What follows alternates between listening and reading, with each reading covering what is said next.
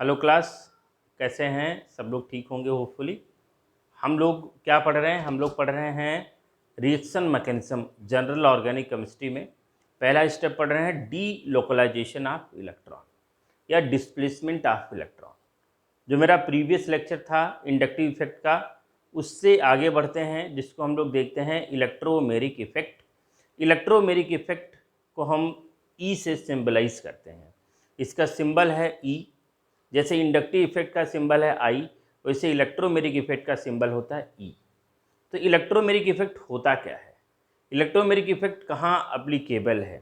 Electromeric effect कहीं ऐसी जगह अप्लीकेबल नहीं है जहाँ कार्बन और दूसरे एटम के बीच में केवल सिग्मा बॉन्ड हो। इलेक्ट्रोमेरिक इफेक्ट अप्लीकेबल इन multiple bond carbon containing compound. तो इसको हम डिफाइन कैसे करेंगे? सबसे पहली बात तो हमको ये पता लग गया है कि electromeric effect applicable in multiple bond containing carbon compound, मतलब कार्बन कार्बन के बीच में मल्टीपल बॉन्ड होनी चाहिए। इससे ये बात क्लियर कट पता लग जाता है कि this is the property of pi bond. यहाँ this is the property of exactly pi bond. This is the property of delocalisation of pi electron.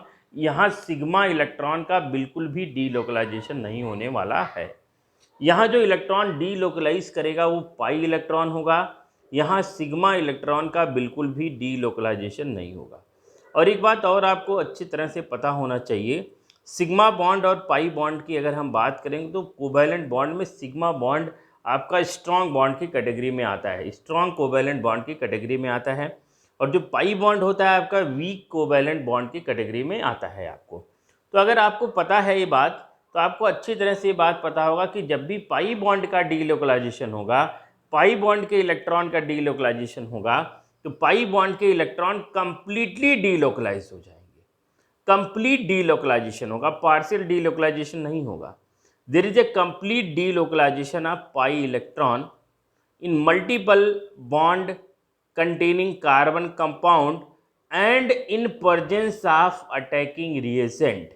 ये सबसे इंपॉर्टेंट पॉइंट आपका इंट्रोड्यूस हो रहा है इलेक्ट्रोमेरिक इफेक्ट में। एक इंपॉर्टेंट पॉइंट कि मल्टीपल बॉन्ड होगा, मतलब पाई बॉन्ड की प्रॉपर्टी है। दूसरा, in presence of attacking reagent.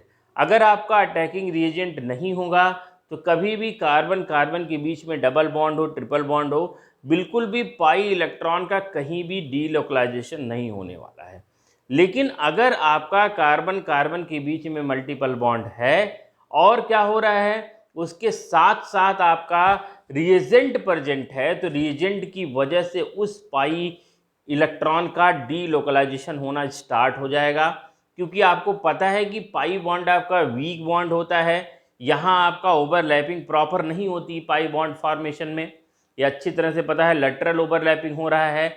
और अगर हम देखते हैं सिग्मा बॉन्ड की, तो हम लोग आपका हेड एंड हेड ओवरलैपिंग करते हैं, एक्सियल ओवरलैपिंग करते हैं। तो दोनों आपका बॉन्ड अलग है, दोनों है तो covalent bond, but pi bond आपका कमज़ोर पड़ जाता है, सिग्मा बॉन्ड आपका स्ट्रांग पड़ जाता है। तो अगर कोई रिएजेंट लाके सिग्मा बॉन्ड कंटेनिंग कंपाउंड के पास रखेंगे तो सिग्मा बॉन्ड में कहीं कोई डीलोकलाइजेशन नहीं होगा। लेकिन अगर हम कहीं ऐसी जगह आ जाएंगे जहां आपका पाई बॉन्ड हो और कोई रिएजेंट होगा, तो पाई बॉन्ड के इलेक्ट्रॉन तो वैसे ही कमज़ोर हैं, तो पाई बॉन्ड के वो कमज़ोर इलेक्ट्रॉन उस रिएजेंट की वजह से अपने पोजीशन को चेंज करने की क्या करेंगे, कोशिश करेंगे। और इसको हम लोग क्या कहते हैं, इलेक्ट्रोमेरिक इफेक्ट कहते हैं। तो इसको हमने डिफाइन कर रखा है, it involve complete transfer of pi electron in presence of attacking reagents. It's very important point, in presence of attacking reagent, मतलब अटैकिंग रिएजेंट के प्रेजेंस में ये सारी घटना घटने वाली है, पहली चीज। दूसरी, अगर अटैकिंग रिएजेंट है, मतलब विदाउट अटैकिंग रिएजेंट आपका ये काम नहीं होने वाला है। मतलब कोई भी फंक्शन अगर आप ही करते हो और वो दूसरे पे डिपेंड होके करते हो, तो कभी भी परमानेंट नहीं कहलाएगा। वो कैसा कहलाएगा, आपका टेम्पररी इफेक्ट कहलाएगा। ये जो इलेक्ट्रोमेरिक इफेक्ट है बेटा, this is the temporary effect. ये टेम्पररी इफेक्ट है और इसका सिंबल ये होता है आपका fish arrow, fish catch arrow. आप जो मछली पकड़ाने वाला होता है एरो, उस तरह से हम इसको क्या करते हैं, रिप्रेजेंट करते हैं। और ये आपका इलेक्ट्रोमेरिक इफेक्ट का इंट्रोडक्शन हो गया। टाइप को अभी हम बताते हैं, इसको ऊपर पूरा मिटाने के बाद होपफुली आपको इलेक्ट्रोमेरिक इफेक्ट का ये इंट्रोडक्शन समझ में आ गया होगा। Complete delocalisation of pi electron in multiple bond carbon containing compound in presence of reagent is called electromeric effect and in presence of reagent से बात क्रिस्टल क्लियर हो गया है कि this is the temporary effect, ये आपका permanent नहीं है। कोई इफेक्ट परमानेंट तब होगा जो अपने आप होगा, मतलब अगर आप खुद से अपने शेप साइज कलर ऑर्डर को चेंज करते हो और फिर से रिटेन करने की एबिलिटी भी आपके अंदर रहती है, तो ऐसे इफेक्ट को हम लोग क्या कहते हैं, परमानेंट इफेक्ट कहते हैं। परमानेंट बदलाव हुआ गया है लेकिन ये परमानेंट नहीं है, ये तो टेम्परेरी है। आपका रिएजेंट है तो इफेक्ट है, रिएजेंट नहीं है तो इफेक्ट फिर से आपका खत्म हो जाएगा। आपका जो कुछ बना था वो रिएजेंट की वजह से बना था और उसको रिएजेंट को हटा लिया तो वो बनना क्या हो जाएगा, आपका बंद हो जाएगा। तो इस बेसिस पे अगर हम अटैकिंग रिएजेंट के बारे में बात करेंगे तो देखते हैं अटैकिंग रिएजेंट कितने टाइप के अटैकिंग रिएजेंट हमारे पास होते हैं। पहले अटैकिंग रिएजेंट हम लोग देख लेते हैं, वैसे मैं डिटेल में इसको बात करूंगा लेकिन एक लाइन छोटा सा हम देखते हैं, ज़्यादा नहीं देखेंगे। अटैकिंग रिएजेंट क्योंकि आपका जैसे ही खत्म होगा डीलोकलाइजेशन, आपका अटैकिंग रिएजेंट करके एक सेपरेट टॉपिक है। लेकिन अगर हम यहाँ पे अटैकिंग रिएजेंट थोड़ा सा देखना चाहेंगे तो हम देख सकते हैं दो टाइप के अटैकिंग रिएजेंट होंगे। एक रिएजेंट जिस पे पॉजिटिव चार्ज हो और एक रिएजेंट जिस पे नेगेटिव चार्ज हो। न्यूट्रल वाले तो कोई इफेक्ट प्रोड्यूस करने वाले नहीं हैं। वो किस कंडीशन में इफेक्ट प्रोड्यूस करेंगे उसको हम पहले बाद में देखेंगे जब हम आपको टाइप ऑफ रिएजेंट के बारे में डिस्कस करेंगे। लेकिन छोटा सा मैं यहाँ डिस्कशन करना चाहता हूँ अटैकिंग रिएजेंट के बारे में। एक अटैकिंग रिएजेंट होगा जो इलेक्ट्रॉन लविंग होगा। इलेक्ट्रॉन लविंग वो स्पीसीज होते हैं जिसपे पॉजिटिव चार्ज हो। तो अगर कोई पॉजिटिव चार्ज वाला, अगर यहाँ ए लिखता हूँ, ए पे पॉजिटिव चार्ज है तो ये आपका क्या कहलाएगा, इलेक्ट्रोफाइल कहलाएगा। तो ये आपका ये कहलाएगा एक रिएजेंट ये है जिसपे आपका पॉजिटिव चार्ज है। और एक रिएजेंट आपका ये हो सकता है, अगर ये पे मैं नेगेटिव रखता हूँ तो ये क्या है आपका, ये न्यूक्लियस लविंग है क्योंकि न्यूक्लियस में प्रोटॉन होते हैं। तो पॉजिटिव चार्ज वाला इलेक्ट्रॉन लविंग होता है और नेगेटिव चार्ज वाला प्रोटॉन लविंग होता है। तो जो न्यूक्लियस लविंग होता है उसको न्यूक्लियोफाइल कहते हैं और जो इलेक्ट्रॉन लविंग होता है उसको इलेक्ट्रोफाइल कहते हैं। वैसे मैंने बताया है इलेक्ट्रोफाइल और न्यूक्लियोफाइल को हम इसको क्या करेंगे, सेपरेटली डिस्कस करेंगे। फिलहाल आपको केवल इतना समझना है कि आपके दो टाइप के रिएजेंट होंगे, एक पॉजिटिव चार्ज वाला रिएजेंट होगा, एक नेगेटिव चार्ज वाला रिएजेंट होगा। वैसे पॉजिटिव चार्ज वाले को हम लोग इलेक्ट्रोफाइल कहते हैं और नेगेटिव चार्ज वाले को हम लोग क्या कहते हैं, नेगेटिव चार्ज वाले को बेटा हम लोग न्यूक्लियोफाइल कहते हैं। ये बात आपको पता होना चाहिए। तो ये इलेक्ट्रोफाइल, ये न्यूक्लियोफाइल, ये आपका समझ में आ गया होगा। अब अगर हम इसके बेसिस पे बात करेंगे, इसके बेसिस पे बात करेंगे तो दो टाइप की रिएजेंट हैं। एक रिएजेंट आपका पॉजिटिव चार्ज, एक रिएजेंट आपका नेगेटिव चार्ज। इसके बेसिस पे इलेक्ट्रोमेरिक इफेक्ट को फर्दर दो कैटेगरीज में हम लोग क्या करेंगे, क्लासीफाई करेंगे। तो अगर फर्दर दो कैटेगरी में क्लासीफाई करेंगे और इसके टाइप को देखेंगे तो टाइप नंबर 1 जिसको हम लोग कहते हैं plus E effect, plus E effect, plus E effect, minus E effect. तो प्लस ई इफेक्ट होगा क्या, हम इसको कैसे समझेंगे, तो हम लोग कहेंगे delocalisation of pi electron, delocalisation of pi electron toward the attacking reagent. Attacking reagent की तरफ जाता है। कैसे, देख लो, ये आपका पाई इलेक्ट्रॉन क्या हो रहा है, आपका pi electron delocalised toward attacking reagent. अब देख लो आप, जैसे आपने लिया ये आपका कोई double bond carbon containing compound है और आपके पास एक अटैकिंग रिएजेंट है H+। अब ये पॉजिटिव चार्ज तो हमेशा से इसकी कंडीशन है कि इलेक्ट्रॉन को अपने पास बुलाए।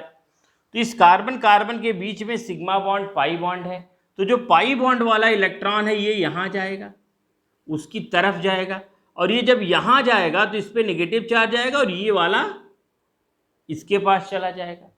तो जब ये देखिए, आप बढ़िया समझिएगा, ये एरो आपने ऐसे लगाया तो यहाँ नेगेटिव चार्ज आया, क्योंकि ये बॉन्ड टूटेगा, यहाँ नेगेटिव चार्ज आएगा।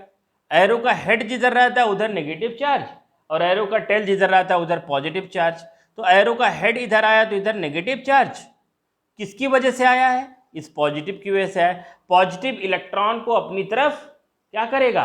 विड्रॉ करेगा, अट्रैक्ट करेगा। तो ये पॉजिटिव इलेक्ट्रॉन को अपनी तरफ अट्रैक्ट करेगा तो पाई इलेक्ट्रॉन मूव करेगा उसी की तरफ। इनके बीच में जो पाई बॉन्ड की इलेक्ट्रॉन है एंड दैट इलेक्ट्रॉन, यहाँ दो इलेक्ट्रॉन जो बॉन्ड मिलके बनाए हैं, ये इलेक्ट्रॉन शिफ्ट हो जाएगा यहाँ, तो यहाँ माइनस आ जाएगा। अब इस नेगेटिव को ये पॉजिटिव अपनी तरफ बुलाएगा, और जब बुलाएगा तो आपको देखिए क्या मिलने वाला है। आपको कुछ ऐसा मिलने वाला है कि इस कार्बन पे पॉजिटिव चार्ज आ जाएगा, और इस कार्बन से हाइड्रोजन क्या हो जाएगा? अटैच हो जाएगा। तो किसी टेक्स्ट बुक में आपका प्लस ई को इस तरह से रिप्रेजेंट किया जाता है कि आपका attacking reagent, delocalisation of electron toward the where attacking reagent will attached. जहां पे अटैकिंग रिएजेंट अटैच होगा उसी पे पाई इलेक्ट्रॉन का डीलोकलाइजेशन अगर होता है तो ऐसे इफेक्ट को हम लोग प्लस ई इफेक्ट कहते हैं। वो भी बात करेक्ट है, और ये मैंने बहुत सिंपल बताने की कोशिश की है। और इसको कैसे पहचानेंगे प्लस ई इफेक्ट? क्योंकि प्लस की वजह से प्लस ई इफेक्ट आ रहा है, प्लस की वजह से प्लस ई इफेक्ट आ रहा है, और जो मुझको मिल रहा है उस पर भी कैसा चार्ज आ रहा है? प्लस चार्ज ही आ रहा है। समझ गए? अब दूसरा अगर हम लोग देखते हैं, सेकेंड देखते हैं, जिसको हम लोग कहते हैं माइनस ई इफेक्ट। अगर हम माइनस ई इफेक्ट को एक्सप्लेन करेंगे तो इससे जस्ट अपोजिट होगा। हम लोग कहेंगे कि पाई इलेक्ट्रॉन जो आपका डीलोकलाइज्ड हो रहा है बेटा, delocalise away from attacking reagent, मतलब जो भी अटैकिंग रिएजेंट होगा वो उसकी इलेक्ट्रोनेगेटिविटी ज़्यादा होगी, वो इलेक्ट्रॉन रिच होगा, इलेक्ट्रॉन डेंसिटी उसकी ज़्यादा होगी। क्यों? क्योंकि इलेक्ट्रॉन उसके पास आना नहीं चाह रहा है, इलेक्ट्रॉन उससे दूर जाने की कोशिश कर रहा है।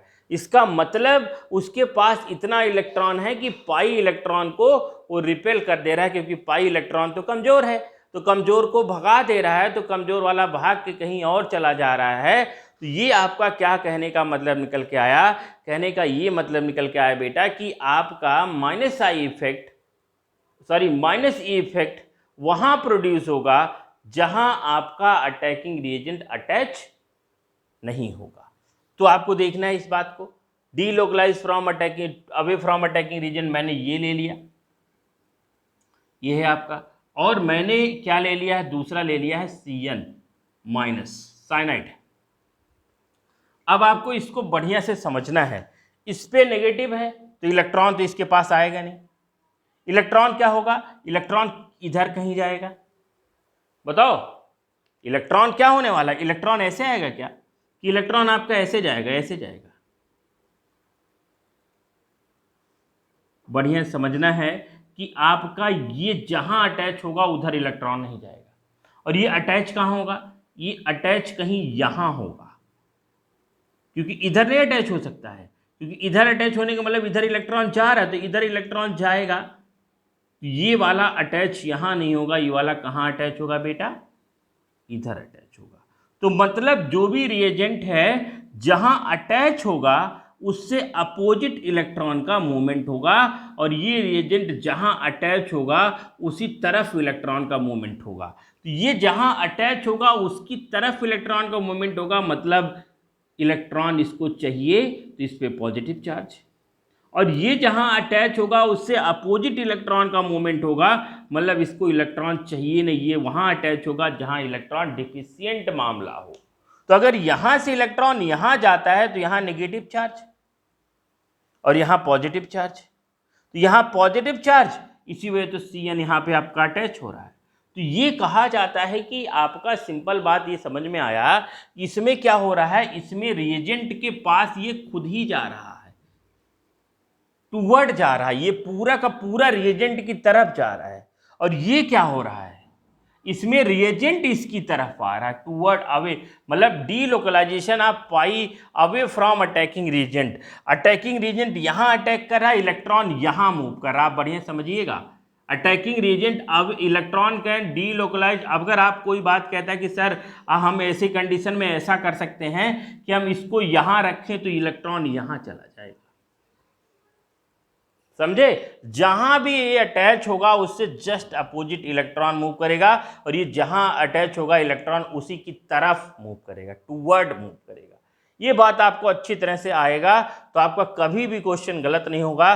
-C नेगेटिव न्यूक्लियोफाइल, और जो मिलेगा उसके ऊपर भी कैसा चार्ज होगा बेटा, उसके ऊपर भी नेगेटिव चार्ज होने वाला है। तो आप इस तरह से देख सकते हो प्लस ई इफेक्ट, और इस तरह से देख सकते हो आप माइनस ई इफेक्ट।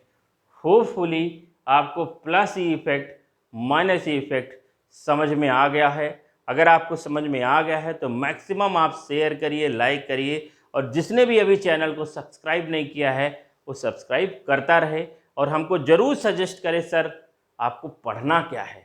आप कमेंट बॉक्स में मेंशन कर सकते हो आपको पढ़ना क्या है, पूछना क्या है, उस पर मैं आपको पढ़ाऊँगा, समझाऊंगा। तब तक के लिए थैंक यू वेरी मच।